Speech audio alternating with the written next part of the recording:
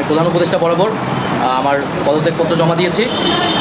আমার যে দুইটি মন্ত্রণালয় ছিল, তথ্য ও সম্প্রচার এবং ডাক, টেলিযোগাযোগ এবং তথ্য প্রযুক্তি, দুইটি মন্ত্রণালয়ের দায়িত্ব থেকে আমি ইস্তফা দিয়েছি। শেষ পর্যন্ত উপদেষ্টা নাহিদ ইসলাম পদত্যাগ করেছেন। তিনি তথ্য উপদেষ্টা ছিলেন, তিনি পদত্যাগ করেছেন। পদত্যাগের কারণ সবার কাছেই পরিষ্কার। ছাত্রদের যে একটি নতুন রাজনৈতিক দল হচ্ছে, সেই দলের প্রধান তিনি। সুতরাং সেই দলটি কবে ঘোষণা করা হবে সেটিও নিশ্চয়ই আপনারা জানেন, 28শে ফেব্রুয়ারি, অর্থাৎ শুক্রবার যে দল ঘোষণা হবে তার আগেই তার পদত্যাগ করার কথা। সেই অনুযায়ী দুদিন আগে তিনি পদত্যাগ করলেন। তার এই পদত্যাগ নতুন রাজনৈতিক দল নিয়ে বিতর্ক তো আছেই, সেই বিতর্কের মধ্যেই তিনি পদত্যাগ করলেন। সকাল থেকেই বোঝা যাচ্ছিল তিনি পদত্যাগ করবেন এবং অন্তর্বর্তী সরকারের প্রধান উপদেষ্টা ডক্টর মোহাম্মদ ইউনূসের নেতৃত্বে সকালেই অনানুষ্ঠানিক বৈঠক বসে যমুনায়। এই বৈঠকের কারণটা কি হঠাৎ করে সেটা বোঝা যাচ্ছিল না, কিন্তু টেলিভিশন স্ক্রল দেখে বোঝা যাচ্ছিল যে সম্ভবত নাহিদ ইসলামের পদত্যাগ এবং পদত্যাগের পর উপদেষ্টা পরিষদের আকার কি হবে, সেই দায়িত্ব কে পালন করবে, এগুলো নিয়ে আলোচনা করার জন্য তিনি উপদেষ্টাদেরকে ডেকেছিলেন এবং সেটি হয়েছে। এখানে বলা হচ্ছে দুপুর 2টার দিকে যমুনার সামনে প্রেস ব্রিফিং হবে। সেই প্রেস ব্রিফিং বিষয়টি আরো পরিষ্কার করা হবে। ছাত্রদের নতুন রাজনৈতিক দল গঠন, যেটা খবর এসছে যুগান্তরে এই মুহূর্তে, ছাত্রদের নতুন রাজনৈতিক দল গঠন এবং উপদেষ্টা নাহিদ ইসলামের পদত্যাগ ইস্যুতে আজকের অনির্ধারিত বৈঠকে আলোচনা হতে পারে। বৈঠক শেষে এই বিষয়টি জানানো হবে। তো ইতিমধ্যেই গণমাধ্যমে চলে এসছে যে উপদেষ্টা নাহিদ ইসলাম পদত্যাগ করেছেন। কালবেলায় প্রথম এই রিপোর্টটি প্রকাশ করেছে। অন্তর্বর্তী সরকারের উপদেষ্টার পদ থেকে পদত্যাগ করেছেন নাহিদ ইসলাম।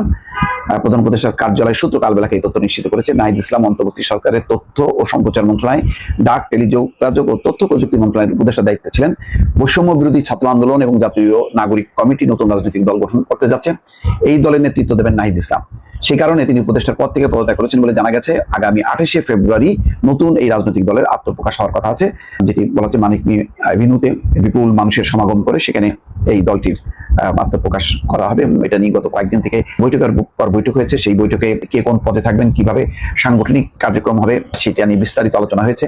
অনেককে অ্যাকোমোডেট করা হয়েছে, কিছু ভেদাভেদ ছিল, মতানৈক্য ছিল, সেগুলো হয়তো শেষ পর্যন্ত নিরসন করা হয়েছে এবং চূড়ান্তভাবে 28 তারিখে দলটি আসছে এবং নাহিদ ইসলাম উপদেষ্টা হিসেবে পদত্যাগ করেই সেই দলের প্রধান হিসেবে তিনি দায়িত্ব নেবেন। গত কয়েকদিন থেকেই, গত 10-15 দিন থেকে এর প্রস্তুতি চলছিল এবং নাহিদ ইসলাম নিঃসন্দেহে একজন পরিচিত মুখ হয়ে উঠছেন সাম্প্রতিক কালে।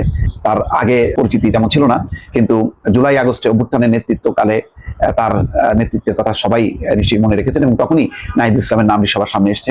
ধারাবাহিকভাবে লাগাতার আন্দোলনে তিনি যুক্ত ছিলেন এবং এক পর্যায়ে তিনি গ্রেপ্তার হন। গ্রেপ্তারের পরে তাকে নির্যাতন করা হয়। তিনি বলেছেন যে তাকে ডিজিএফ এর সদস্যরা গ্রেপ্তার করে, তারপরে তাকে নির্যাতন করা হয়।